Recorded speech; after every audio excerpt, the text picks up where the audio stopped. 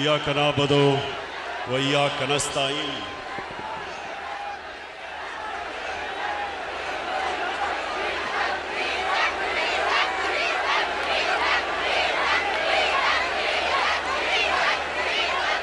सबसे पहले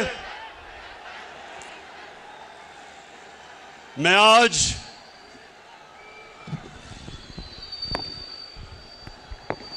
अपनी कौम का शुक्रिया अदा करता हूं।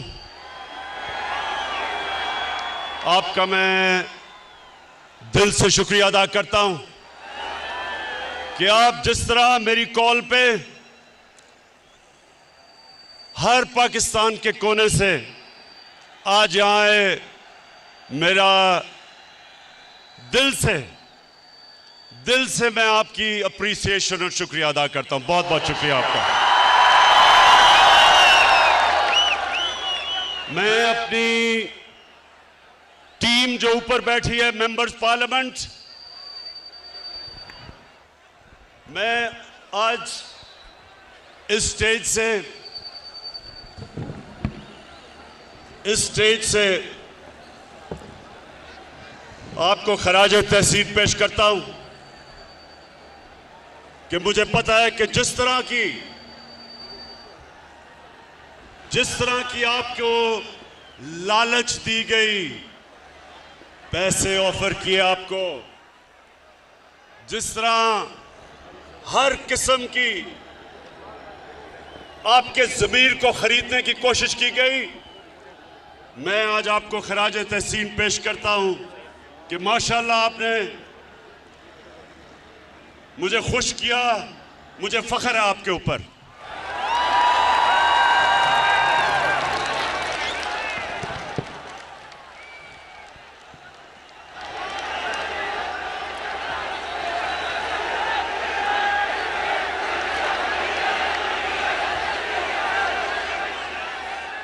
मैं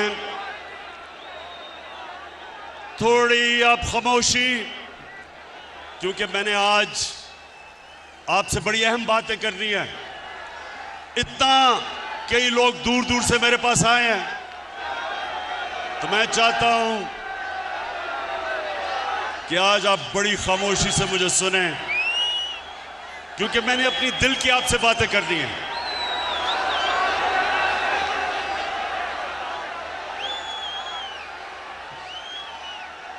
मेरे पाकिस्तानियों,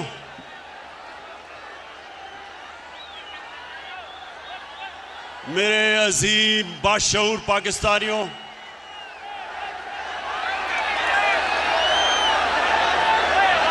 शुक्रिया, बहुत शुक्रिया। देखिए, मैंने आज आपको अमर बिन मारूफ, आ रही आवाज?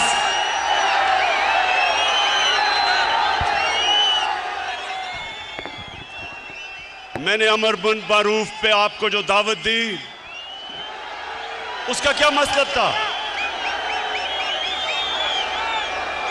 कि पाकिस्तानियों ये याद रखें कि हमारा मुल्क एक नजरिए के तहत बना था, और वो नजरिया जो पाकिस्तान का था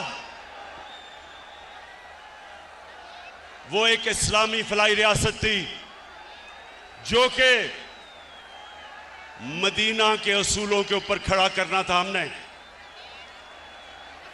तो मेरे से लोग पूछते हैं, इमरान खान तुम दीन की इतनी बातें क्यों करते हो?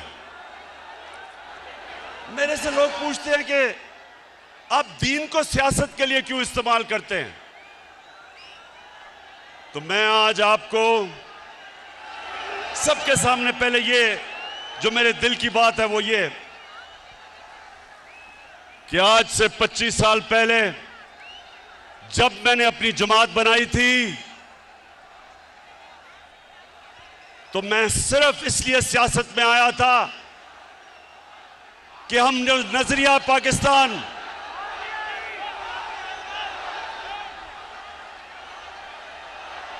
अच्छा मुझे आप पहले हाथ खड़ा करके बताएं कि आपको आवाज आ रही है?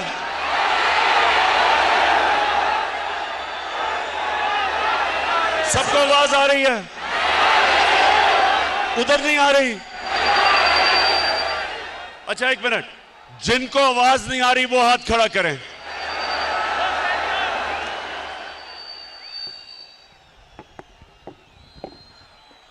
फैसल, ये चेक करो इसका क्या मसला है, वहां नहीं आ रही आवाज उनको।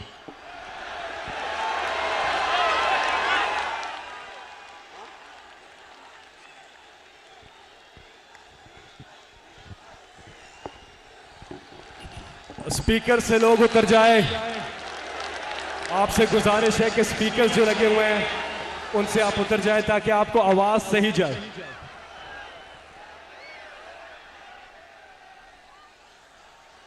अच्छा आप चेक करो, आवाज आ रही है आपको?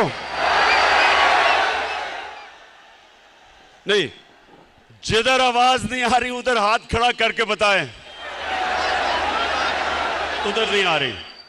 अच्छा मेरी बात सुने, मसला ये हुआ है कि इतना बड़ा जलसा हो गया कि सारे जो हमने इंतजामात किए हुए थे, ना वो लाइटें जल रही और ना आवाज आ रही है, तो थोड़ी देर आपको सब्र करना पड़ेगा। ये ठीक कर रहे हैं सिस्टम कि आपको आवाज आए, लेकिन अब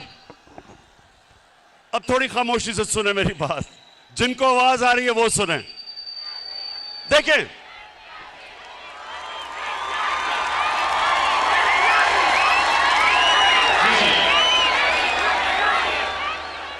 मेरे पाकिस्तानियों, जब मैंने सियासत शुरू की तो मेरा एक मकसद था कि मेरा मुल्क जिस नजरिए के तहत बना था, आ गई आवाज? हाथ खड़ा करके बताएं आवाज आ गई है? नहीं तो तुमने इतनी मेरी अहम तकरीर आज मिस कर देनी थी। अच्छा सुने, मैंने बड़ी बातें आपसे करनी है और आखिर में जो मैं बात करूंगा वो सबसे अहम है। शाह महमूद कुरैशी ने जो बात की थी कि एक बाहर से मुदाखलत हो रही है पाकिस्तान में, उसके ऊपर मैं बाद में बात करूंगा। उससे पहले मेरे पाकिस्तानियों, मैं जो चीज आपने समझनी है कि जब तक हम अपने नजरिए पे नहीं खड़े होंगे पाकिस्तान कौम नहीं बनेंगे। हमें लोगों का हजूम होगा। कौम नजरिए पे बनती है और वो नजरिया क्या था? पाकिस्तान का नजरिया क्या है? कितने लोगों को पता है कि ये किस नजरिए के तहत बनी थी? मैं आपके सामने आज ये वाज़ेह करता हूं कि मुझे भी बड़ी देर तक पाकिस्तान का नजरिया नहीं पता था। मुझे पता कैसे चला? 18 साल की उम्र में बाहर गया, यूनिवर्सिटी बाहर पढ़ी, फिर मैं क्रिकेट खेलता था, आधा साल दुनिया में बाहर फिरता था। तो मैं जो पाकिस्तान के नजरिए पे आया हूं, मेरे पाकिस्तानियों, अपने जाती तजर्बे के ऊपर। और वो क्या था? जैसे जैसे मुझे दीन की समझ आनी शुरू हुई तो मुझे एक चीज मेरे ज़हन पे आई कि जो अल्लाह मुसलमानों को कहता है, जो हमारे नबी सल्लल्लाहु अलैहि वसल्लम ने मदीना का निजाम बनाया था, वो पाकिस्तान में तो नजर नहीं आ रहा, लेकिन वो मगरबी दुनिया में मुझे नजर आ रहा था। मुझे आहिस्ता आहिस्ता पता चला कि मोहम्मद अब्दू जो 100 साल से पहले यूरोप गए तो उन्होंने एक जुमला कहा। नौजवानों, उन्होंने जुमला ये कहा कि यूरोप में मुझे मुसलमान तो नहीं नजर आए, लेकिन बड़ा इस्लाम नजर आया। और वापस जब वो मिस्र गया तो कहता या मुसलमान तो बड़े हैं लेकिन इस्लाम नहीं नजर आ रहा। तो मैंने अपने तजर्बे से जो मैंने मगरबी माशरे को समझा, तो मुझे पहली दफा समझ आया कि फलाई रियासत क्या होती है। पाकिस्तान में तो कोई फलाई रियासत नहीं थी। मैं जब पहली दफा बरतानिया गया तो पहली दफा मैंने समझा कि फलाई रियासत क्या है। बरतानिया में एक आम आदमी के लिए अस्पताल में मुफ्त इलाज, उसके बच्चे के लिए मुफ्त तालीम। वो बेरोजगार होता था तो हुकूमत पैसे देती थी, अनएम्प्लॉयमेंट बेनिफिट्स। वो अदालत में जाता था तो हुकूमत उसको वकील करके देती थी। ये पहली दफा हमने देखा। और यही मेरे नबी सल्लल्लाहु अलैहि वसल्लम ने मदीना की रियासत में दुनिया की तारीख की पहली फलाई रियासत बनाई थी, जिधर पहली दफा रियासत ने जिम्मेदारी ली थी अपने बेवों की, यतीमों की, गरीबों की, बूढ़ों की, मजदूरों की। ये पहली दफा मुसलमानों की रियासत में ये चीज आई थी। तो ये तो मैंने यूरोप में देखी, स्कैंडिनेविया में देखा कि वो किस तरह अपने गरीब तबके को ऊपर उठाते हैं। और हाल ही में चाइना में देखा कि पिछले 30 साल में चाइना ने 70 करोड़ लोगों को गुर्बत से निकाला। ये वो हमारे नबी सल्लल्लाहु अलैहि वसल्लम के जो अहकामात थे उन पे चल रहे हैं। पाकिस्तानियों, ये याद रखें कि हमारे नबी सल्लल्लाहु अलैहि वसल्लम रहमतुल लिल आलमीन थे।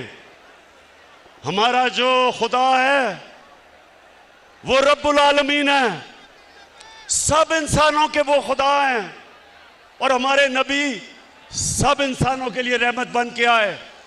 इसका मतलब क्या कि जो भी इंसानी माशरा उनके अहकामात पे चलेगा, अल्लाह की बरकत आएगी। वहां उस माशरे पे अल्लाह की नेमतें आएंगी।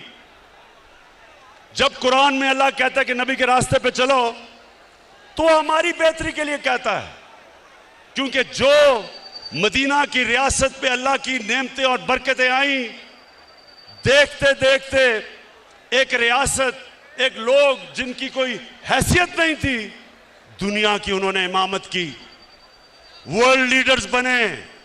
सदियों तक मुसलमानों ने दुनिया को लीडरशिप दी। तो वो क्या, जब आप नजरिया पाकिस्तान की बात करते हैं तो वो क्या चीजें हैं? सबसे पहले कि एक रियासत में रहम हो, एहसास हो अपने कमजोर तबके का, इंसानियत हो। तो उस रास्ते पे मेरे पाकिस्तानियों, मुझे बड़ा फख्र है कि हम निकल चुके हैं। हम वो मुल्क हैं जो किसी भी दुनिया की डेवलपिंग वर्ल्ड, जो मुल्क तरक्की कर रहे हैं, किसी मुल्क के अंदर भी यूनिवर्सल हेल्थ कवरेज नहीं है। हर हमने खानदान को हेल्थ इंश्योरेंस दी 10 लाख रुपए की।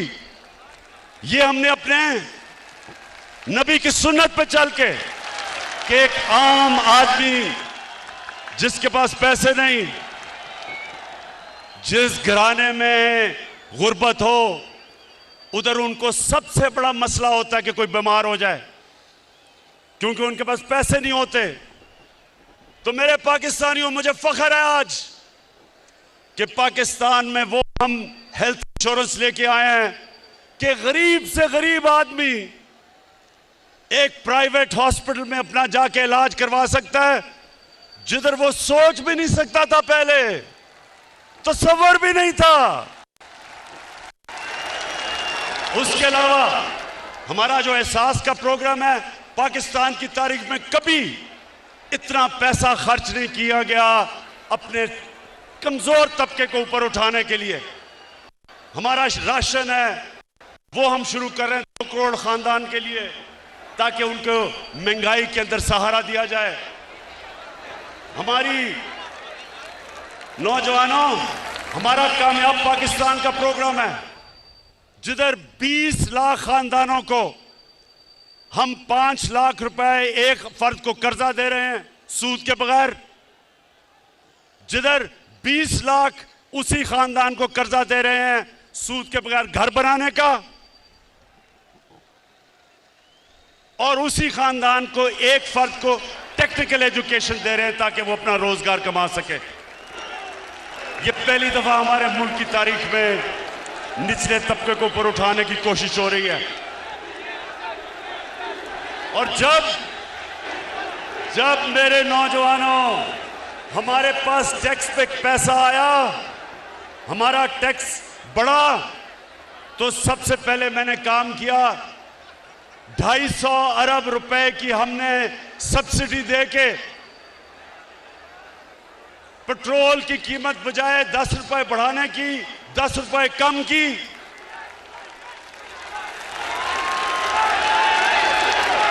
फजल रहमान की कीमत बढ़ाने 10 रुपए कम की।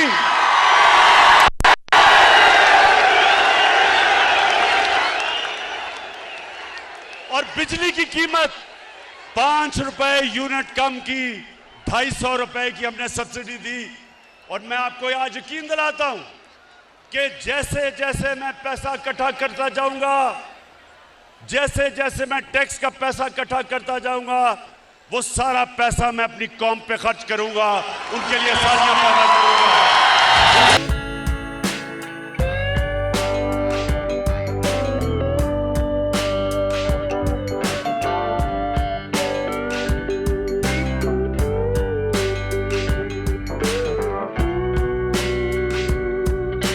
माशाअल्लाह, मेरी कौम का जुनून, इस जुनून को इंशाअल्लाह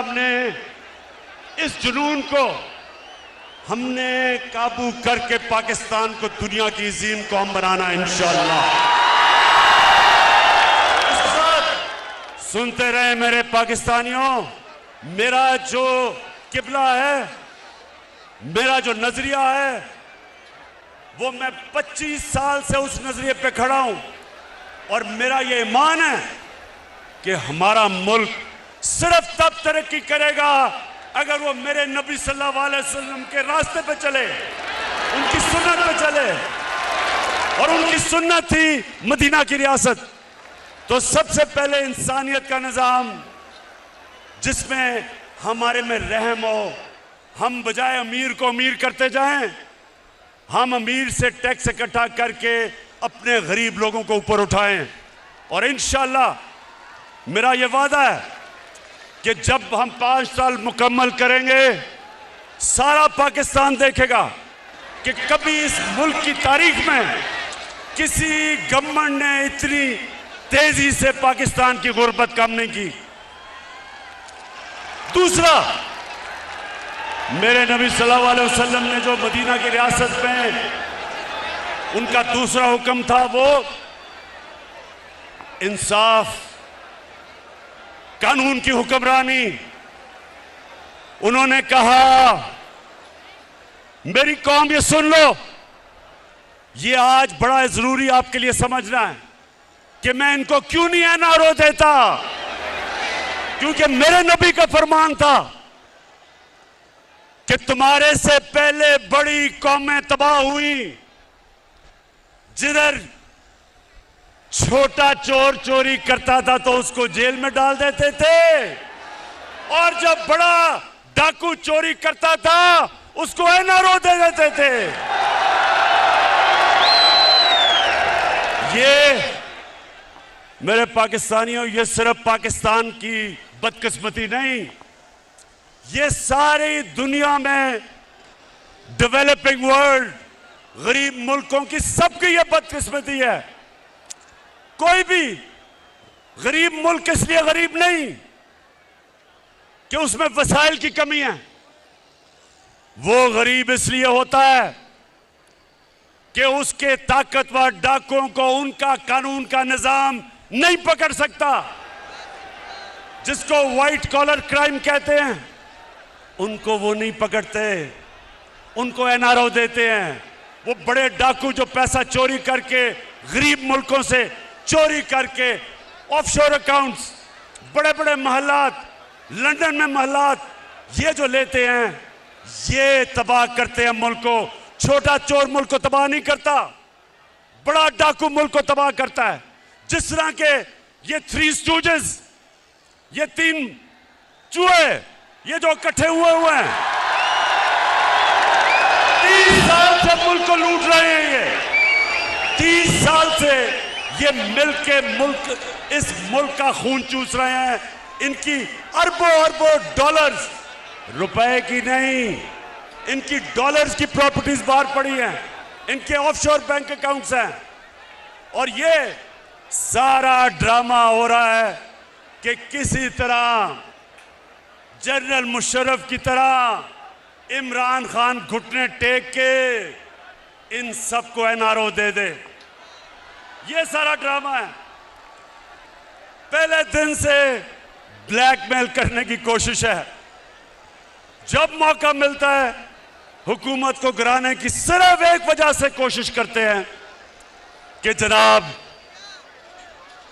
हम कोई खास अल्लाह के मखलूक हैं, हम चोरी करें, डाका मारें, इनको कोई खास ऐसी मखलूक है कि इनको सब कुछ माफ हो जाना चाहिए।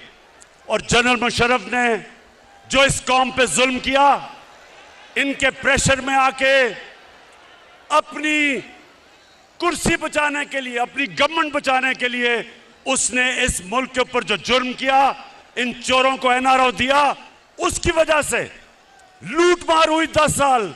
आज जो हम बोझ उठा रहे हैं, हम जो इनके लिए हुए कर्जों की किस्तें अदा करने पे जो हम बोझ उठा रहे हैं, वो सिर्फ और सिर्फ इसलिए कि जनरल मुशर्रफ ने अपनी हुकूमत बचाने के लिए इनको एनआरओ दिया।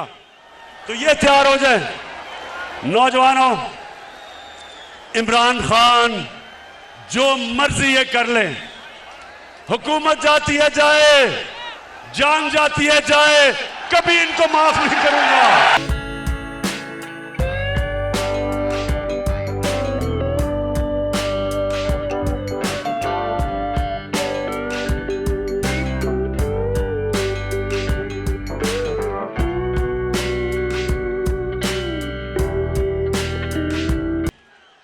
अब जो हमारे नबी सल्लल्लाहु अलैहि वसल्लम ने मदीना की रियासत में कानून की बालादस्ती कायम की थी, सुनो मेरे नौजवानों,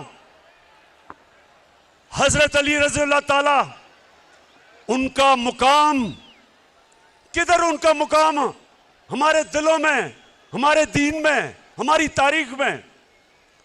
वो खलीफा वक्त होते हैं। और एक यहूदी के साथ केस लगता है अदालत में, हजरत अली रज़ियल्लाहु ताला अदालत में उस यहूदी के खिलाफ केस हार जाते हैं। खलीफा वक्त केस हारता है क्योंकि काजी उनके बेटे की गवाही नहीं मानता। अब इससे क्या चीज सामने आती है? सबसे पहले कि खलीफा वक्त भी कानून के ऊपर नहीं होता। मुसलमानों का जो इंसाफ का निजाम था, हमारे नबी सल्लल्लाहु अलैहि वसल्लम ने कहा मेरी बेटी भी जुर्म करेगी तो उसको सजा मिलेगी।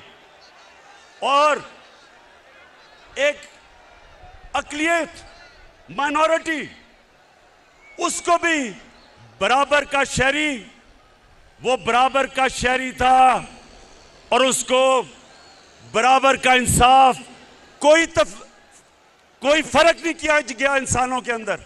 ये था मुसलमानों का इंसाफ। आज आप सोचें, दुनिया के अमीर तरीन मुल्क, डेवलप्ड मुल्कों में, आज आप सोचें कि क्या आज के दिन क्या कोई बाहर से, वहां की कोई अकलियत हो, हमारी बाहर से लोग हों, क्या उनको उनके वजीर आजम के सामने इंसाफ मिल सकता है? नहीं मिल सकता।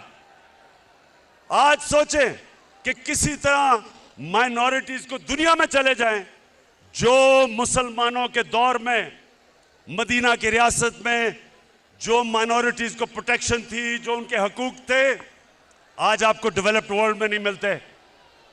तो इसका मतलब क्या है कि रहमतुल लिल आलमीन सब इंसानों के लिए रहमत बन के आए थे, इंसानियत को इकट्ठा करने आए थे, तकसीम नहीं करने आए थे, नफरतें नहीं पैदा करने आए थे। और इसलिए मैं पाकिस्तान को वो मुल्क समझता हूं कि हमने भी उधर पहुंचना है। हमारी अक़लियतें बराबर के शहरी हैं, कानून के सामने वो बराबर हैं। हम वो मुल्क बनना चाहते हैं जो इंसानों को इकट्ठा करेगा। हम वो फॉरेन पॉलिसी लाना चाहते हैं जो किसी के साथ जंग में शरीक नहीं होगा, लेकिन अमन में हम सबको इकट्ठा करने के लिए तैयार हैं। हम वो, मेरे पाकिस्तानियों, हम वो पाकिस्तान बनाना चाहते हैं जिधर एक कमजोर से कमजोर आदमी को पूरी तरह हमारा इंसाफ का निजाम इंसाफ दे। और फिर ख्वातीन, हमारी यहां ख्वातीन बैठी हैं, आपको पता होना चाहिए क्या मगरब में प्रोपेगेंडा होता है कि जी मुसलमानों के माशरे में औरतों को हकूक नहीं मिलते। मगरब के अंदर औरतों को विरासत के अंदर हिस्सा 100 साल पहले मिलना शुरू हुआ, उससे पहले नहीं मिलता था। इस्लाम के अंदर कुरान और हमारी नबी सल्लल्लाहु अलैहि वसल्लम की सुन्नत 1500 साल पहले तकरीबन उन्होंने हमें, हमारी औरतों को हकूक दिए थे विरासत में। और मुझे अफसोस से कहना पड़ता है कि तकरीबन 70% औरतों को पाकिस्तान में विरासत में हकूक नहीं मिलते। इसलिए हम कानून लेके आए हैं, हमने अब कानून लेके आए हैं कि औरतों को रियासत, उनकी विरासत के अंदर, उनकी इनहेरिटेंस के अंदर जबरदस्ती उनको पूरा उनका हक दिलवाएगी। गुलाम, जब नबी सल्लल्लाहु अलैहि वसल्लम ने मदीना की रियासत संभाली तो गुलामों के कोई हुकूक नहीं थे। उन्होंने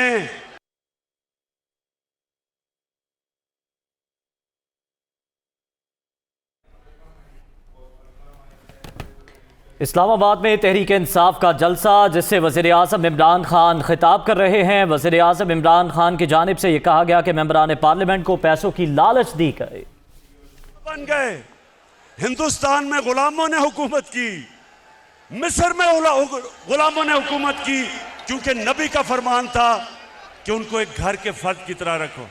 तो मेरे पाकिस्तानियों, मुझे बड़ा अफसोस होता है जो मैं मदीना की रियासत जिस तरफ हम सफर पर निकले हुए हैं, मैं ये चाहता हूं कि हम घर के मुलाजमों को, उनको भी उसी तरह रखें, उनको भी अच्छा खाना दें, उनके भी हुकूक रखें, वो भी इंसान है। ये हमारी नबी की सुन्नत है।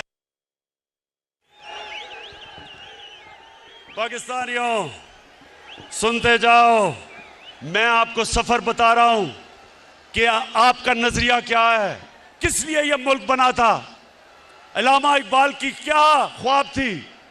क्योंकि आज 200 मिलियन यानी 20 करोड़ मुसलमान हिंदुस्तान में हैं, लेकिन जो हिंदुस्तान में भी मुसलमान थे उन्होंने भी पाकिस्तान के लिए वोट किया था, क्योंकि वो ख्वाब थी, वो देखना चाहते थे कि मदीना की रियासत के तर्ज पे मुल्क खड़ा हो। अच्छा, अब सुने, मैं अभी आखिर में आपसे जो मेन बात करने के लिए आप सबको बुलाया, मैं जरा आगे चलूं। जो हमारे मदीना की रियासत में अल्लाह ने हमारी कौम को क्या हुक्म दिया था, अमर बिल मारूफ, इसका क्या मतलब है? इसका मतलब ये कि एक कौम के ऊपर लाजमी कर दिया कि आप जब भी आप देखें कि कोई बदी है, बुराई है, कौम की जिम्मेदारी लगाई कि आप उस बदी और बुराई के खिलाफ जिहाद करें, अच्छाई के साथ खड़े हों, क्योंकि ये कौम को जिंदा रखती है। पाकिस्तानियों, मैं जब आज से तकरीबन 20 साल पहले लंदन में था, इराक के ऊपर हमला करने लगा था अमेरिका और बरतानिया, 20 लाख लोग निकले। बरतानिया में 20 लाख लोग सड़कों पे निकले जंग के खिलाफ। अमर बिल मारूफ, इसको कहते हैं अमर बिल मारूफ, कि उनकी हुकूमत को फायदा भी होना था इराक जंग से, इराक में तेल भी था, लेकिन वो अच्छाई के साथ खड़े हुए। उन्होंने कहा नहीं, ये गलत है। इसको अमर बिल मारूफ कहते हैं, इसको जिंदा कौम कहते हैं। और मैं आज सबको देख के मुझे खुशी ये है कि मैंने जब आपको कॉल दी, ये जो लोगों के ज़मीरों का सौदा हो रहा है, एक गवर्नमेंट को गिराने की कोशिश क्या कर रही है, पैसे लगा रहे हैं लोगों को खरीदने के लिए। तो मैं आज आप सबका शुक्रिया अदा करता हूं कि आप इस तादाद में यहां आए और आपने बताया कि आप इस जुर्म में शरीक नहीं। मैंने जरा आपको बस जो मैं बात करने के लिए आखिर में, ये जो साजिश है उसके ऊपर बात करने से पहले मैं सिर्फ आपके लिए ये बताना चाहता हूं कि इन्होंने फैसला किया कि हमारी हुकूमत को गिराना है, क्योंकि जी पाकिस्तान तबाह हो रहा है। तो नौजवान ये सुन लो, मेरे पाकिस्तानियों जो सुन रहे हो, मैं बड़ी जल्दी आपको बताना चाहता हूं और मैं आज दावा करता हूं कि पाकिस्तान की तारीख में 3.5 साल में किसी हुकूमत ने इस तरह की परफॉर्मेंस नहीं दी जो हमने अपने 3.5 साल में दी है।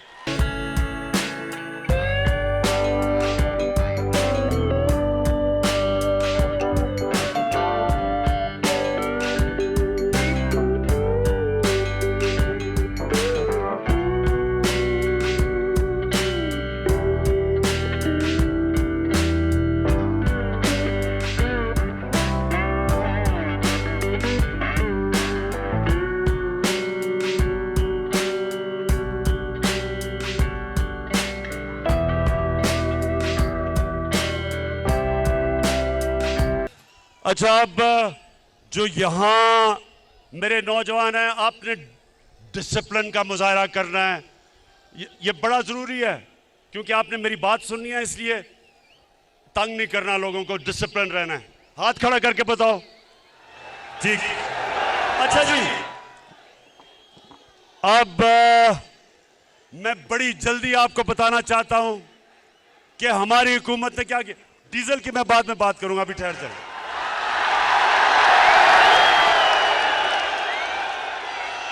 डीजल की कीमतें, शुक्र करें, 10 रुपए कम की है डीजल की कीमत। अच्छा जी, पहले पाकिस्तानियों, मैं अल्लाह का शुक्र करता हूं, मैं अपने अल्लाह का शुक्र करता हूं कि 100 साल में सबसे बड़ा बुरहान दुनिया में आया कोरोना वायरस का। सारी दुनिया बंद हो गई, लॉकडाउन लग गए, गरीब सारी दुनिया में कुचले गए।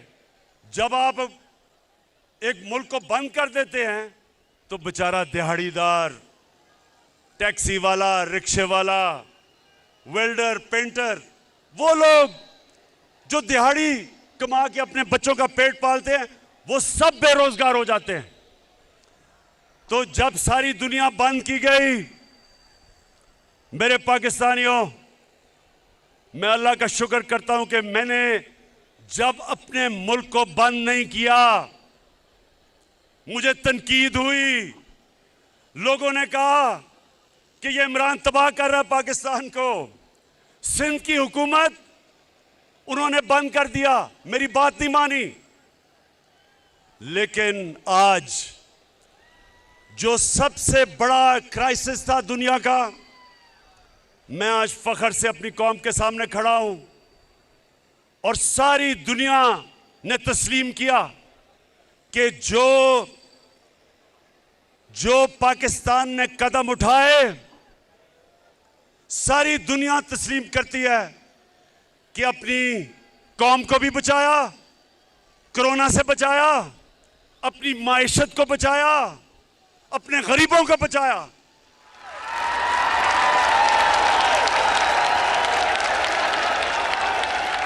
अभी वर्ल्ड बैंक ने एक रिपोर्ट दी है। इस रिपोर्ट के मुताबिक सारे बर्रे सगीर में आज जिधर सबसे कम बेरोजगारी है वो पाकिस्तान है, क्योंकि जो उस वक्त हमने कदम उठाए और ये जो थ्री स्टूजेस वाली ऑपोजिशन है, जिसमें चेरी ब्लॉसम भी एक है, डीजल दूसरा है, तीसरी बीमारी है और चौथा भगौड़ा है, इन सारों ने मेरी तनकीद की और मैं अपने अल्लाह का शुक्र करता हूं कि उसने मेरे मुल्क को निकाला उसमें से। और मैं उस दौरान जब सारी दुनिया की माइशत तबाह हो रही थी, पाकिस्तान वो मुल्क है जिसने 5.6% के ऊपर हमारी माइशत ने तरक्की की, जो सारे दंग रह गए, ऑपोजिशन दंग रह गई। अल्लाह का शुक्र अदा करता हूं। तो हमने क्या किया उस दौरान जब दुनिया मुश्किल में थी? पाकिस्तान की एक्सपोर्ट्स रिकॉर्ड, हमारी मुल्क की तारीख में सबसे ज्यादा एक्सपोर्ट्स पाकिस्तान ने की। हमने पाकिस्तान की तारीख में सबसे ज्यादा टैक्स इकट्ठा किया। हमने अपने बैरून मुल्क पाकिस्तानियों को उनको इंसेंटिव्स दिए और सबसे ज्यादा पाकिस्तान की तारीख में उन्होंने डॉलर्स पाकिस्तान में भेजे, रिमिटेंसेस पाकिस्तान में भेजी। हमारी कंस्ट्रक्शन इंडस्ट्री, आज जरा पूछें कंस्ट्रक्शन इंडस्ट्री के लोगों में कि जो हमने उनके लिए आसानियां पैदा की, आज हमारी कंस्ट्रक्शन इंडस्ट्री में 1500 अरब रुपए का मजीद वेल्थ क्रिएशन हुई। कंस्ट्रक्शन इंडस्ट्री के साथ 30 इंडस्ट्री चली, इसलिए हमारे मुल्क में बेरोजगारी नहीं हुई जो सारी दुनिया में कोरोना की वजह से हुई। हमारा जो ज़राअत थी, नौजवानों ये सुनते रहो, क्योंकि 60% पाकिस्तान ज़राअत के ऊपर रहता है, देहात में रहता है। आज आप अपने किसानों से पूछो कि इस मुल्क की तारीख में सबसे ज्यादा पैसा ज़राअत में गया। 5 फसलें पाकिस्तान की तारीख में सबसे रिकॉर्ड फसलें हुई। गंदम रिकॉर्ड, गंदम की फसल रिकॉर्ड, चावल की फसल रिकॉर्ड, मकई की फसल रिकॉर्ड, चावल की फसल रिकॉर्ड, और अभी ये आलू की फसल आई है वो भी रिकॉर्ड तोड़ गई है माशाल्लाह। ये क्यों हुआ? क्योंकि हमने किसानों की मदद की। हमें जो पहले शुगर मिल माफिया किसानों को पैसे नहीं देता था, पूरी तरह कटौती करता था, उनको देर तक, साल तक पैसे नहीं देता था, हमने किसानों के साथ खड़े हुए, हमने अपने किसानों को खड़ा किया, हमने उनको प्रोटेक्ट किया, हमने हुकूक दिलवाए, किसान को पैसा दिलवाया, उसने अपनी जमीन पे पैसा लगाया, जमीन में जब पैसा लगा तो पैदावार बढ़ी, पाकिस्तान का फायदा हुआ। तो मुझे बड़ा फख्र है अपने किसानों पे। और फिर नौजवानों, इंडस्ट्री, आज पाकिस्तान की इंडस्ट्री तेजी से बढ़ रही है। हमारी टेक्सटाइल इंडस्ट्री, आज मजदूर नहीं मिलते टेक्सटाइल फैक्ट्रियों को, क्योंकि वो हमारी इंडस्ट्री चल रही है, रिकॉर्ड एक्सपोर्ट कर रही है, मुल्क आगे बढ़ रहा है, इंडस्ट्रियलाइजेशन की तरफ जा रहा है। नया पैकेज दिया हमने स्मॉल और मीडियम इंडस्ट्री को। आपको चेंबर ऑफ कॉमर्स वाले लोग बताएंगे कि पहली दफा एक हुकूमत अपनी इंडस्ट्री को पूरी तरह अपनी इंडस्ट्रीज के साथ खड़ी है, ताकि जब इंडस्ट्री बढ़ेगी रोजगार बढ़ेगा, मुल्क में पैसा बढ़ेगा, टैक्स बढ़ेगा, और जब टैक्स बढ़ेगा तो मैं अपनी कौम के ऊपर खर्च करूंगा, आसानियां पैदा करूंगा अपनी कौम की। फिर नौजवानों, ये तैयार हो जाओ। पहली दफा पाकिस्तान में तनख्वाहदार लोगों के लिए, जिनके पास कभी भी पैसा नहीं था अपना घर खरीदने के लिए, हमने पहली दफा पाकिस्तान के बैंकों के साथ मिलकर 30 अरब रुपया उनको सब्सिडी दी। आज पहली दफा बैंक कर्जे दे रहे हैं छोटे लोगों को, जो तनख्वाहदार लोग थे, जो बेचारे किराए के घरों में रहते थे। हमने बैंकों को पैसा दिया, बैंक कर्जे दे रहे हैं। जो आदमी या जो एक खानदान किराए के घर में रहता था, अब उसी किराए पे वो बैंक को किस्तें देगा और वो घर उसका अपना हो जाएगा, अपनी छत होगी। रोटी कपड़ा मकान का किसका नारा था, और मेरे अल्लाह का शुक्र है कि वो काम किससे ले रहा है। फिर तैयार हो जाओ। ये कहते हैं ना कि इस गवर्नमेंट ने किया कुछ नहीं। मैं चैलेंज करता हूं, 30 साल से ये हुकूमत कर रहे हैं, मुझे चैलेंज हो, मैं इनको करता हूं कि आप बताएं कि आपने मुल्क के पानी, जो बहुत बड़ा मसला बनता जा रहा है मुल्क का, शहरों के अंदर पानी नहीं है, लाहौर के अंदर पानी नीचे चला गया, कराची में टैंकर माफिया है, आज पिंडी में पानी कम है। क्या किया इन्होंने? मैं बताता हूं हमने क्या किया। पहली दफा 50 साल के बाद पाकिस्तान में बड़ी डैम्स बन रही हैं। 50 साल के बाद मेरे पाकिस्तानियों, हमने डैम्स बनाई हैं, और इंशाअल्लाह पेशावर के लोगों को तो अभी मैं खुशखबरी देता हूं कि 2025 में ममान डैम बनेगी, और ममान डैम से सारे पेशावर को पानी भी मिलेगा। बड़ा इलाका ज़राअत के लिए, किसानों के लिए ज़राअत में फसलें उगाने के लिए आ जाएगा, और बिजली भी बनेगी, और सबसे सस्ती बिजली बनेगी।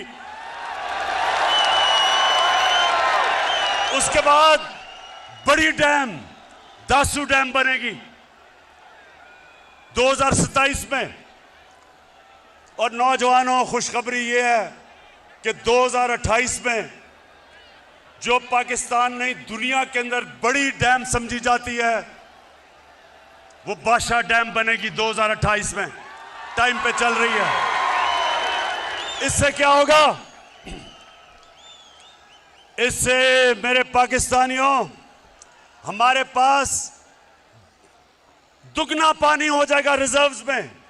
हमारा पानी जो हमारी डैमों में दुगना होगा, इसका मतलब काश के लिए हमारे पास पानी दुगना हो जाएगा। इसका मतलब शहरों में हम पानी दे सकेंगे। ये जो पानी के मसले आ रहे हैं आगे, इससे इंशाअल्लाह पाकिस्तान की दौलत में इजाफा होगा।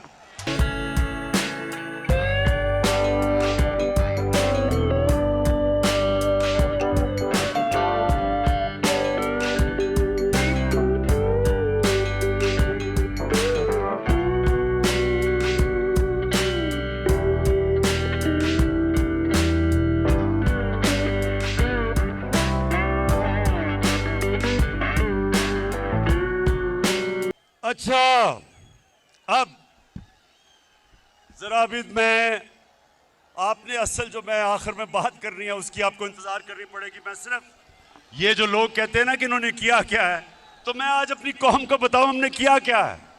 मैं अपने मीडिया के लोगों को कहना चाहता हूं कि जब आप शाम को अपने टीवी शोज करते हैं, मैं एंकर्स को कहता हूं, खुदा के वास्ते कोई माइशत के माहिरों को बुला लें और उनको बैठ के कम से कम मुआवजा करें कि पहले मुल्क से क्या होता था और हमने 3.5 साल में मुल्क के लिए क्या किया है।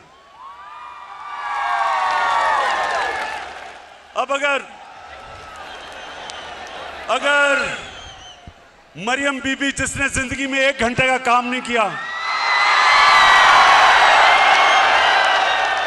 और कांपे टांगने वाले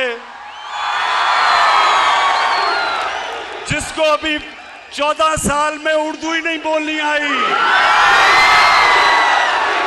मैं लीडर बनना चाहता हूं। और आसिफ जरदारी, उसको थोड़ा बड़ा होने देना था लीडर बनाने से पहले।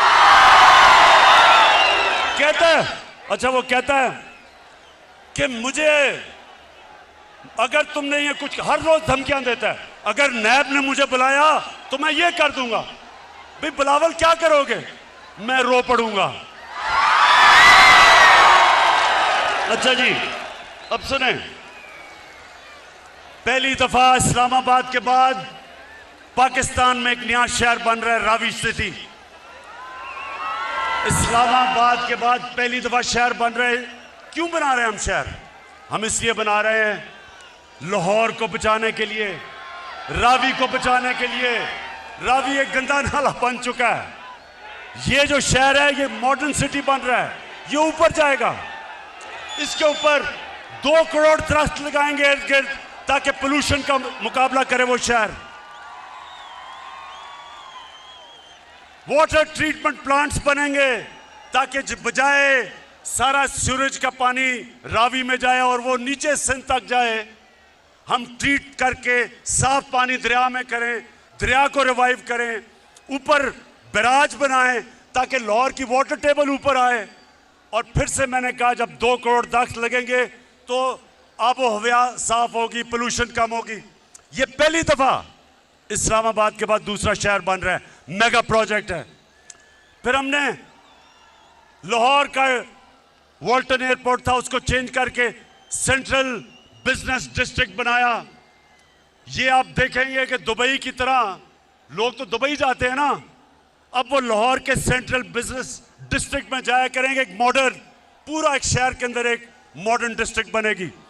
और फिर शेख रशीद साहब, आपके लिए खुशखबरी, नाला लेई प्रोजेक्ट बन रहा है। रावलपिंडी को तब्दील करने के लिए, उसको एक मॉडर्न शहर बनाने के लिए नाला लेई जो है उसका भी ट्रीटमेंट प्लांट बनेंगे, साफ पानी करेंगे। उसके साथ एक हाई राइजेस बनेंगी, एक मॉडर्न, बजाय के शहर फैलते जाएं, ज़राई ज़मीन ख़त्म होती जाए। शहरों को अब हम रोकेंगे। मास्टर प्लान बना रहे हैं सारे पेशावर के, सारे बड़े शहरों के, इनको ऊपर लेके जाएंगे, ज़राअत की ज़मीन बचाएंगे और इनके सारी सीवरेज सिस्टम, पानी का मसला, बिजली, ये सारी हम इंशाल्लाह शहरों को मास्टर प्लान बना के लेके आ रहे हैं। ये कभी किसी गवर्नमेंट ने 30 सालों ये हुकूमत करते रहे, किसी ने कभी इस तरह का काम नहीं किया।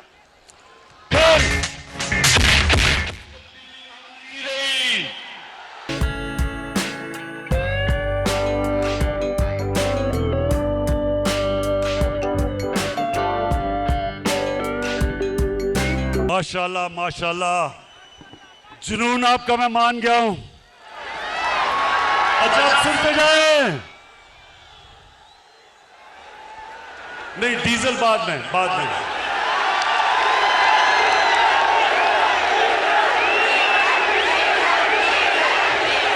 अच्छा सुने,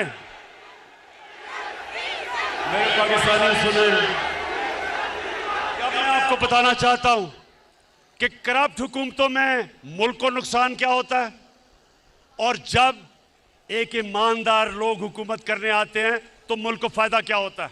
अब सुने जरा, खामोशी से सुनना है, डीजल की बाद में बात करेंगे।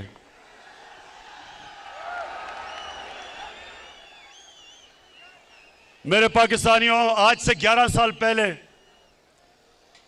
ये गौर से सुननी है आपने बात, आज से 11 साल पहले बलूचिस्तान के अंदर कोयले और तांबे की कानें थी रेकोडिक में। उधर पाकिस्तान को जो बाहर से ये माइनिंग कंपनी आई हुई थी, उसने अदालत में लेगी पाकिस्तान को।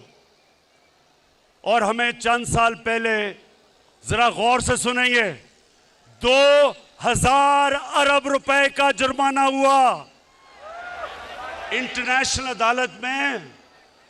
पाकिस्तान को 2000 अरब रुपए का जुर्माना हुआ।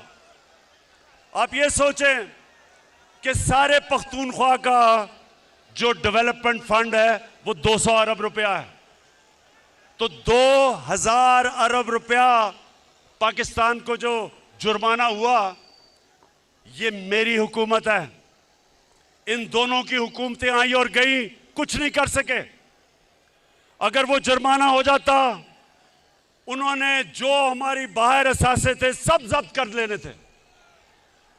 मुझे बड़े फख्र से, और मैं आज अपनी टीम को खराज तहसीन पेश करता हूं, मेरी जबरदस्त टीम ने जाके 3 साल मुसलसल हमने नेगोशिएशन की, और मैं आज फख्र से अपनी कौम के सामने खड़ा होकर कहता हूं कि हमने तो 2000 अरब का हर्जाना, वो जो जुर्माना भी खत्म किया, और उसी माइनिंग कंपनी को पाकिस्तान वापस लेके आए, और वो 9 अरब डॉलर की इन्वेस्टमेंट कर रही है पाकिस्तान में।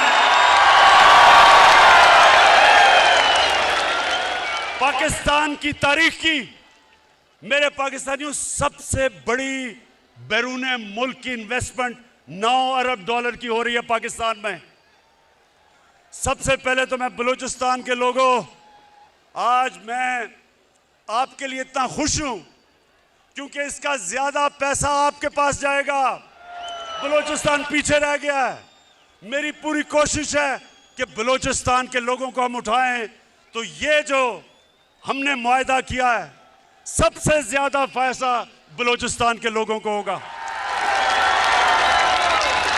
उसके बाद जो हमारा मसला, जो हमारे रुपए पे प्रेशर रहता है, इसकी वजह से फॉरेन एक्सचेंज आएगा पाकिस्तान में, और इंशाल्लाह हमारा रुपया भी आगे मजबूत होगा। हमें जो IMF के पास जाना पड़ता है, हमेशा डॉलर कम हो जाते हैं।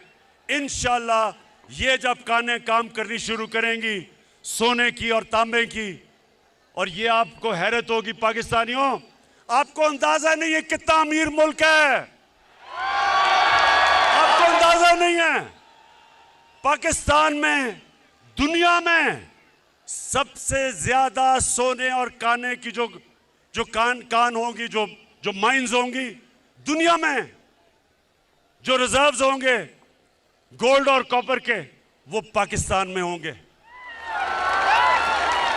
माशाल्लाह आपका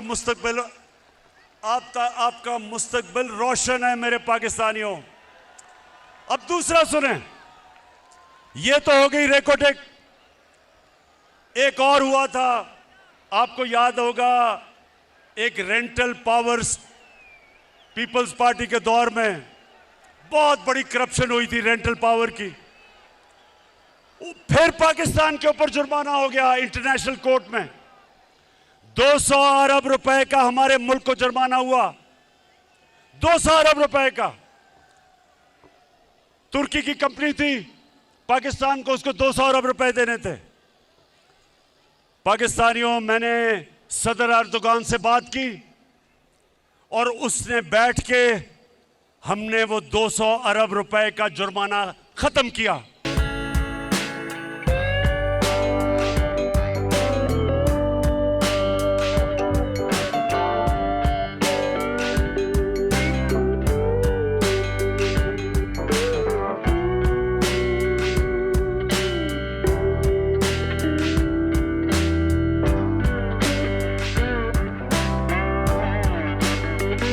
नौजवानों जो ऊपर चढ़े हुए हो, मुझे पता है आपका जुनून लेकिन मुझे डर है आप गिरना पड़ो।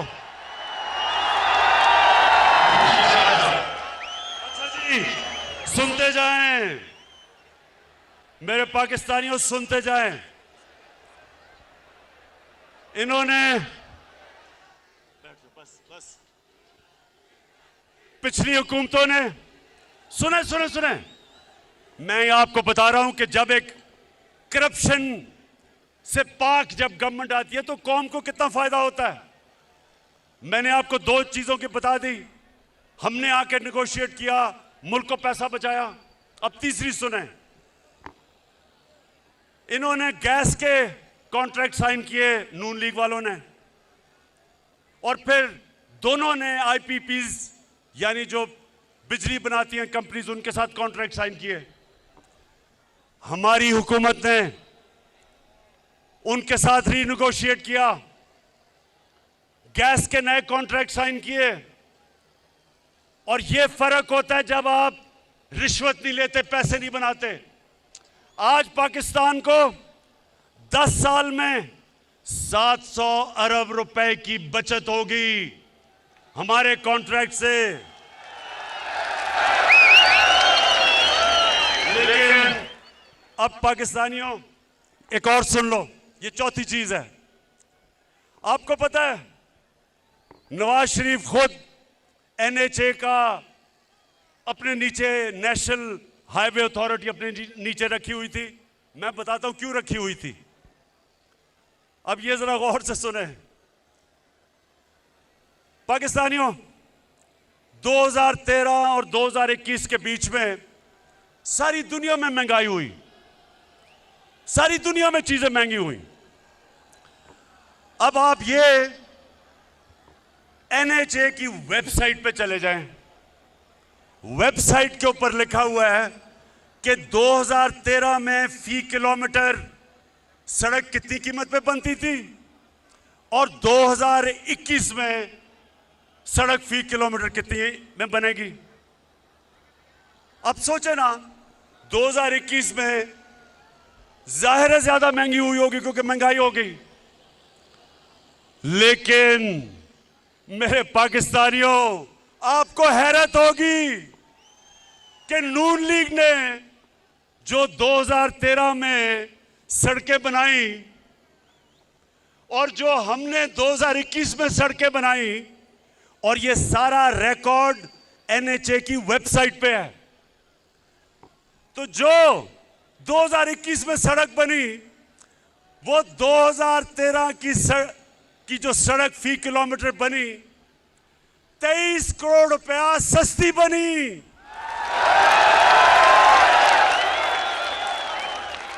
मुराद से ही आज मैं आपको खराज तहसीन पेश करता हूं।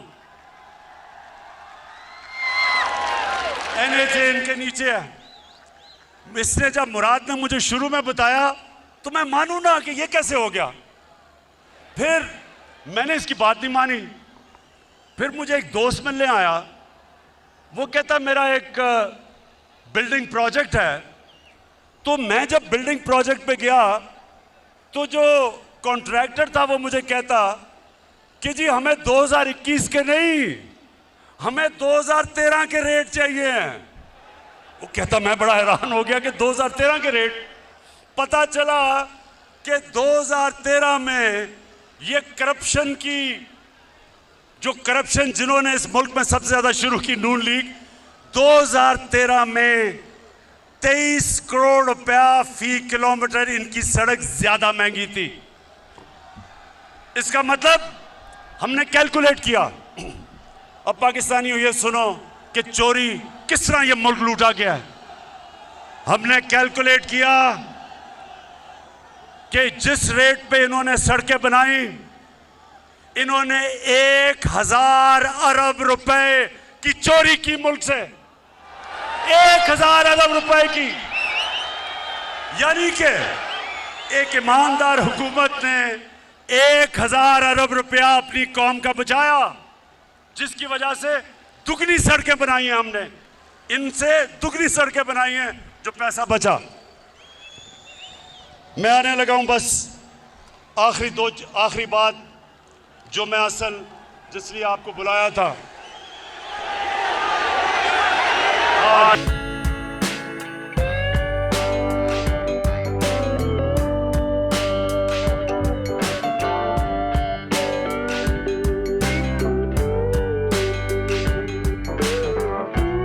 मैं सिर्फ दो आने वाली नस्लों के लिए दो चीजें, मुझे पूछो, मैं इनसे पूछता हूं, 30 साल से आप हुकूमत में थे, कभी आपने सोचा अपनी आने वाली नस्लों का? ये पहली हुकूमत है जिसने क्लाइमेट चेंज की बात की, जिसने पाकिस्तान में दरख्त उगाने की बात की, जिसने पाकिस्तान में सबसे पहले 1 अरब दरख्त उगाए पख्तूनख्वा में 2013 और 18 के बीच में, और आज हम 10 अरब इंशाल्लाह अपने मुल्क में दरख्त उगा के अपने आने वाली नस्लों के लिए एक बेहतर पाकिस्तान इंशाल्लाह छोड़ के जाएंगे।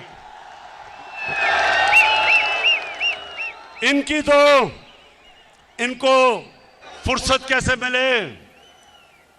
इनको तो सारी छुट्टियां, बच्चे सब कुछ लंदन में बैठे हैं, इनको तो पाकिस्तान की क्यों फिक्र हो? ये तो नस्लों के लिए लंदन के लिए तैयारी करवा रहे हैं, घर महलात खरीद रहे हैं। पाकिस्तानियों, जो दूसरी चीज मैं आज आपके सामने, सबके सामने जो कहना चाहता हूं कि आपको अंदाजा नहीं कि हमारा मुल्क में अल्लाह ने किस किस्म की खूबसूरती और किस किस्म की नेमतें बख्शी हैं। यहां गिलगित बल्तिस्तान के चीफ मिनिस्टर बैठे हैं, खालिद, मैं इसके साथ मिलके मैं आज आप सबके सामने दावा करता हूं कि हमने इंशाल्लाह पाकिस्तान को दुनिया का टूरिज्म सेंटर बनाना है। स्कर्दू को हमने इंटरनेशनल एयरपोर्ट बनाया, अब दुनिया से डायरेक्टली स्कर्दू टूरिस्ट आया करेंगे। स्कर्दू को इंशाल्लाह उसके इर्द गिर्द जो इलाके हैं, मैंने ऑस्ट्रियन से बात की है, ऑस्ट्रिया में सबसे ज्यादा स्कीइंग होती है, स्कर्दू को इंशाल्लाह पाकिस्तान का स्कीइंग कैपिटल बनाएंगे। और आप देखेंगे कि किस तरह बाहर से पैसा आता है। हमारे मुल्क में जिस तरह की खूबसूरती है, किसी ने सोचा ही नहीं टूरिज्म को डेवलप करने का। मैं आपको साबित करता हूं कि अगर ये, मुझे अफसोस है कि कोरोना की वजह से हम आगे नहीं बढ़ सके, क्योंकि सारी दुनिया में टूरिज्म ख़त्म हो गई, लेकिन इंशाल्लाह जैसे कोरोना ख़त्म हुई, मैं अब आपको इस मुल्क में टूरिज्म उठा के दिखाऊंगा, मुल्क में पैसा ला के दिखाऊंगा, और सबसे ज़्यादा अपने नौजवानों के लिए रोज़गार पैदा करूंगा।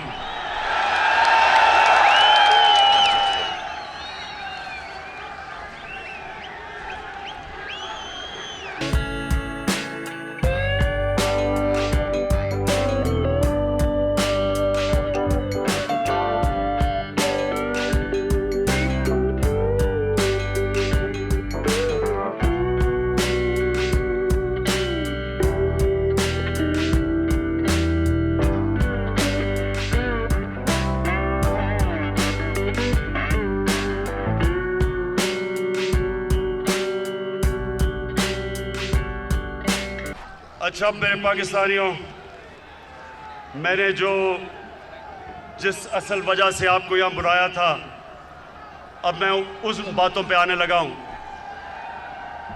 लेकिन नौजवानों, आप सामने खड़े हैं, ये आपने बड़ी खामोशी से सुनना है। ये मैं सीरियस बात करने लगा हूँ। मैं अपने मुल्क के मुस्तकबिल की बात करने लगा हूँ। मैं जो ये साजिश हुई है और ये जो हो रही है, इसके ऊपर बात करने लगा हूं। तो मैं चाहता हूं कि बड़ा सीरियसली आप मेरी बात सुनेंगे। मैं सबसे पहले आपको ये बता दूं, नौजवानों, आप खुशकिस्मत हो, आपके तो माँ बाप भी एक आज़ाद मुल्क में पैदा हुए थे। मेरे माँ बाप एक गुलाम हिंदुस्तान में पैदा हुए थे, और मैं पहला हम जनरेशन थी जो एक आज़ाद पाकिस्तान में पैदा हुए थे। मेरे माँ बाप ने अपनी तौर पे तहरीक पाकिस्तान की जो आज़ादी की स्ट्रगल थी, दोनों ने शिरकत की। और जब मैं बड़ा हो रहा था तो हमेशा उन्होंने मुझे एक बात याद करवाई। उन्होंने ये कहा कि तुम्हें नहीं पता तुम कितने खुशकिस्मत हो कि तुम एक आज़ाद मुल्क में पैदा हुए हो। मेरे पाकिस्तान के रहने वाले, अगर आपने इस चीज़ को समझना है तो बैरून मुल्क पाकिस्तानियों से पूछें क्यों वो अपने मुल्क के लिए तरसते हैं, क्यों वो आज सारे तहरीक इंसाफ के साथ खड़े हैं, क्यों खड़े हैं? क्योंकि जब वो बाहर किसी पराए मुल्क में रोजी कमाने जाते हैं तो उनको सबसे ज्यादा कदर होती है कि अपने मुल्क में रहना कितनी बड़ी अल्लाह की नेमत है। एक आजाद मुल्क में रहना कितनी बड़ी अल्लाह की नेमत है। तो मैं जब अपनी पॉलिटिक्स शुरू की थी 25 साल पहले, तो मैंने अपना नस्बुल ऐन अपनी जमात का नौजवानों इय्याका नअबुदु व इय्याका नस्तईन क्यों रखा था? इसलिए रखा था कि अल्लाह तेरी इबादत करता हूं और तेरे से मदद मांगता हूं और किसी के सामने नहीं झुकता।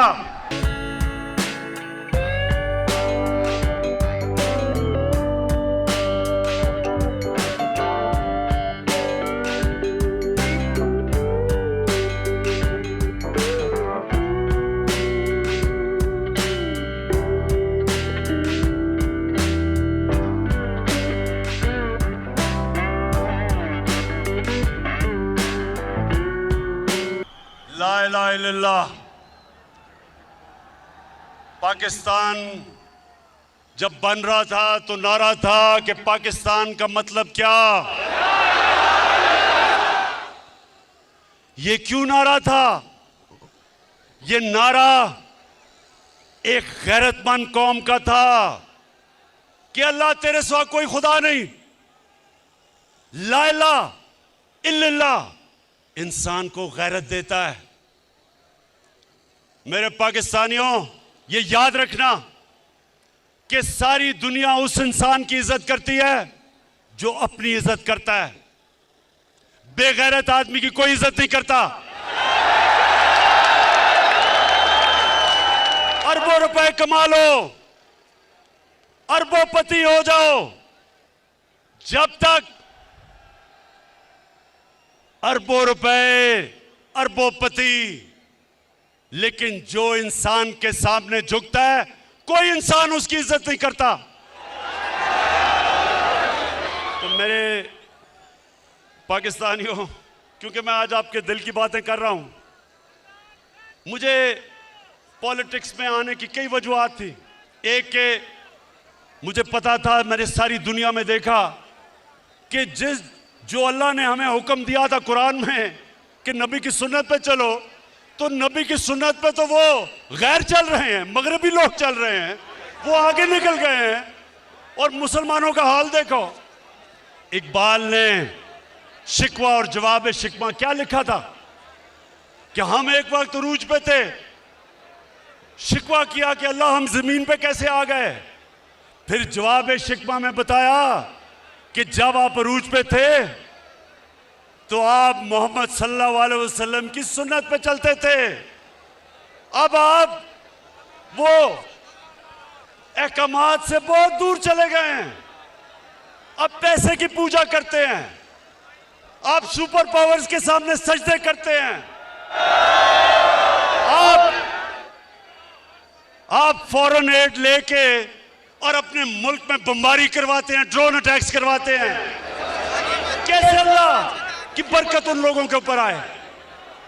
अल्लाह ने तो बड़ा वाज़ेह कह दिया कि अगर तुमने एक अजीम कौम बने हैं तो मेरे हबीब के रास्ते पे चलो, जो कि रियासत मदीना था। तो पाकिस्तानियों, मैं उन दिनों में क्रिकेट खेलता था और मैंने जब क्रिकेट शुरू की तो जो हमारे खिलाड़ी होते थे उनको बड़ा एहसास कमतरी थी अंग्रेजों की। तो हम जब मैच में जाते थे पहले से ही हमारी टीम हारी हुई होती थी कि जी हम अंग्रेज को तो हरा ही नहीं सकते, पहले से हार माने हुए होते थे। और जब हमने जीतना शुरू किया हमारी टीमें इतनी कमजोर नहीं थी, इतनी ताकतवर नहीं थी। टीमें हमारी 70 की दहाई में ज्यादा ताकतवर थी, लेकिन 80 की दहाई में पाकिस्तान ने सारी दुनिया में जाके जीता, क्योंकि हमारे अंदर इत्मीनान आ गया, हमारे अंदर जो एहसास से कमतरी थी अंग्रेजों की वो खत्म हो गई। हम जब कदम रखते थे ग्राउंड पे तो हम ये समझते थे कि कोई हमें हरा नहीं सकता। इस इत्मीनान की वजह से हम ऊपर आए। तो मैंने जब अपने मुल्क को देखा, हमारे मुल्क में मुझे कभी नहीं भूलता, शायद आपको बड़ेों को याद हो, एक रमजी यूसुफ एक आदमी था, अमेरिकनों ने कहा हमें दो 90 की दिहाई में हमने कोई कानून के मुताबिक चले बगैर हमने उसको अमेरिका के हवाले कर दिया। अब ये सुने हुआ क्या मेरे पाकिस्तानियों, ये सुने क्या हुआ। अदालत में वो जाता है रमजी यूसुफ, उसका वकील जज के सामने क्या कहता है ये जरा सुनो। जज के सामने कहता, जज ने कहा कि इसको सजा होनी चाहिए, इसको तो पाकिस्तान की हुकूमत ने भेज दिया हमारे पास, पाकिस्तान की हुकूमत समझती है कि इसको सजा होनी चाहिए। तो पाकिस्तानियों वो रमजी यूसुफ का वकील अदालत में खड़े होकर कहता कि पाकिस्तानी डॉलरों के लिए अपनी मां बेच सकते हैं। मुझे ये कभी नहीं भूलता, मुझे शर्म ये आई कि मेरी कौम गैरतमंद है, लेकिन जो इसके लीडर हैं वो बेगैरत है। जो मुल्क के लीडर सरबरा अपने लोगों के साथ नहीं खड़ा हो सकता, उनके हुकूक की हिफाजत नहीं कर सकता, सुपर पावर से एड की लालच में घुटने टेक देता है, याद रखें वो मुल्क कभी तरक्की नहीं कर सकता। खुददार कौमें ऊपर जाती हैं, भीख मांगने वाली और कर्जे मांगने वाली कभी कौमें तरक्की नहीं करती। तो मैं जब पाकिस्तान में मैंने सियासत शुरू की, मैंने तब एक बात कही थी कि क्योंकि मेरे दिल में ला इलाहा इल्लल्लाह है,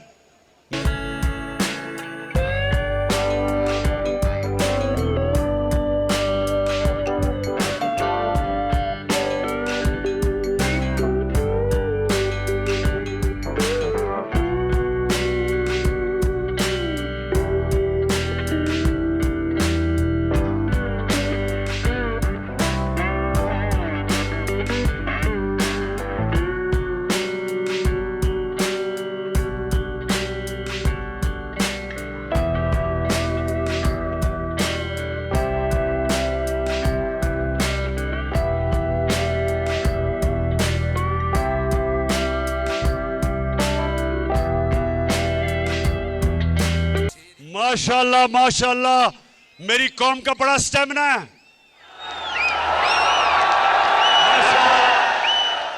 अच्छा, अब ये जो मैं आपके सामने बात करने लगा हूं, ये मैं आपको बता दूं कि मैं बड़ी कम तकरीर लिखता हूं, लेकिन क्योंकि ये बात एक ऐसी है कि मैं ये नहीं चाहता कि मैं जज्बात में आके कोई ऐसी बात कर दूं कि हमारे मुल्क को हमारी फॉरेन पॉलिसी इफेक्ट उससे हो जाए।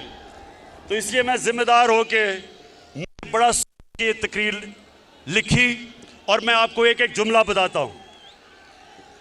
अब जरा आपने गौर से सुनना है। हमारे मुल्क को हमारे पुराने लीडर्स की करतूतों के हाथों धमकियां मिलती रहीं। हमारे सुनते रहे, हमारे मुल्क को हमारे पुराने लीडर्स की करतूतों की वजह से धमकियां मिलती रही। ये सुने अगला, हमारे मुल्क में मुल्क के अंदर मौजूद लोगों की मदद से हुकूमतें तब्दील की जाती रही। समझ गए? अपने लोगों की मदद से हुकूमतों को तब्दील किया। भुट्टो, जुल्फिकार अली भुट्टो, उसने जब मुल्क को आजाद फॉरेन पॉलिसी देने की कोशिश की, जुल्फिकार अली भुट्टो, मेरे उससे बहुत इख्तलाफात होंगे लेकिन मुझे उसकी खुददारी हमेशा पसंद थी। तो उसने मुल्क को जब आजाद फॉरेन पॉलिसी देने की कोशिश की तो फजलुर रहमान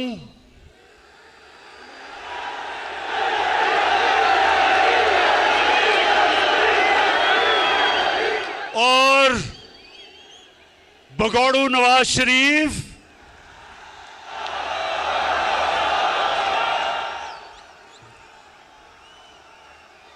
इनकी सुनते रहें, सुने सुने सुने सुने, अभी मैं अभी आता हूं कि इन दोनों की उस वक्त की पार्टियों ने